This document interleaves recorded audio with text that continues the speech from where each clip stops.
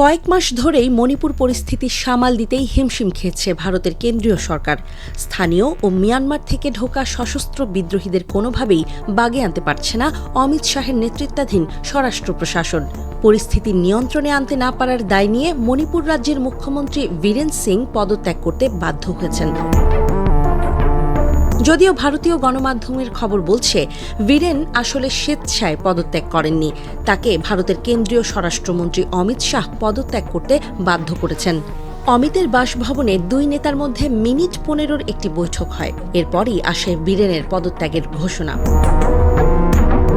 তবে বীরেনকে পদত্যাগ করার পরও সমস্যা ভূত নামেনি, উল্টো পরিস্থিতি জটিল হয়ে উঠছে। সমস্যা কেবল আর মণিপুরের মধ্যে থেমে নেই, আগুন জ্বলছে ভারতের ছত্তিশগড়েও। সেখানে আবারও মাথাচাড়া দিয়ে উঠেছে মাওবাদী বিদ্রোহীরা। তাদের সাথে ভারতের কেন্দ্রীয় ও স্থানীয় বাহিনীগুলোর মাঝে মধ্যেই বন্দুকযুদ্ধ করতে হচ্ছে।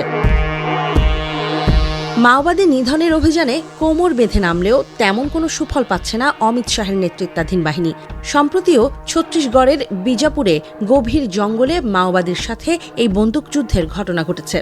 ছত্তিশগড়কে মাওবাদী বিদ্রোহের কেন্দ্রস্থল মনে করা হয়। কয়েক দশকের এই বিদ্রোহে 10,000-এরও বেশি মানুষ নিহত হয়েছেন।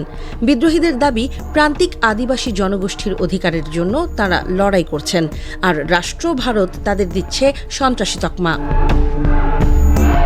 মণিপুর আর ছত্তিশগড়ের পর এবার আগুন ছড়িয়ে পড়েছে ভারতের আরেক রাজ্যে।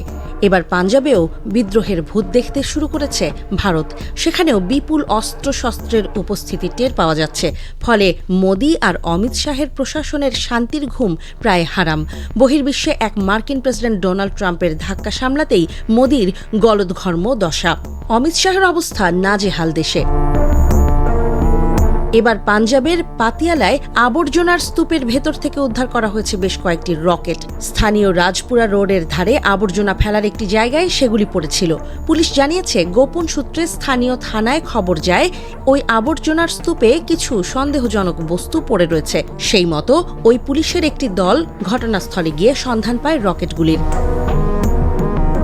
কিভাবে রাস্তার ধারে আবর্জনার স্তূপের মধ্যে এই রকেটগুলি এলো তা নিয়ে এখনও ধোঁয়াশায় আছে পাঞ্জাবের পুলিশ। এই ঘটনার পর থেকেই এলাকাটিতে আতঙ্ক ছড়িয়ে পড়েছে। পাতিয়ালার পুলিশ অবশ্য বলছে, প্রাথমিক তদন্তে তারা অনুমান করছে আবর্জনার স্তূপ থেকে জিনিসপত্র কুড়িয়ে যারা বিক্রি করেন তাদেরই কেউ রকেটগুলি ওই এলাকায় ফেলে গেছেন। যদিও স্থানীয়রা তার এই ব্যাখ্যায় সন্তুষ্ট হতে পারছে না। এর আগে 2022 সালের ডিসেম্বরেও পাঞ্জাবের তরণ তারণ জেলার এক থানায় রকেট হামলা হয়েছিল। ওই ঘটনার মাস 7 পরে আবারও রকেট হামলা হয়েছিল মোহালিতে পাঞ্জাব পুলিশের গোয়েন্দা বিভাগের সদর দপ্তরে। এবার তাতিয়ালা থেকে পুনরায় রকেট উদ্ধারের ঘটনায় নড়েচড়ে বসেছে পুলিশ প্রশাসন। ভারতের অনেক নিরাপত্তা বিশ্লেষক মনে করছেন, ভেতরে ভেতরে শক্তিশালী হয়ে উঠছে ভারতের বিদ্রোহী গোষ্ঠীগুলো। বিশেষ করে যেসব রাজ্যে স্বাধীনতার দাবি জোরালো, সেখানেই বাড়ছে অস্ত্রের উপস্থিতি। আর এমন বিদ্রোহ দানা বাঁধতে থাকলে ভারত ভাঙার গুঞ্জন বাস্তবে পরিণত হতে পারে। বহুদিন ধরে পাঞ্জাবেও স্বাধীনতার দাবি উঠছে, মণিপুরেও চলছে একই লড়াই।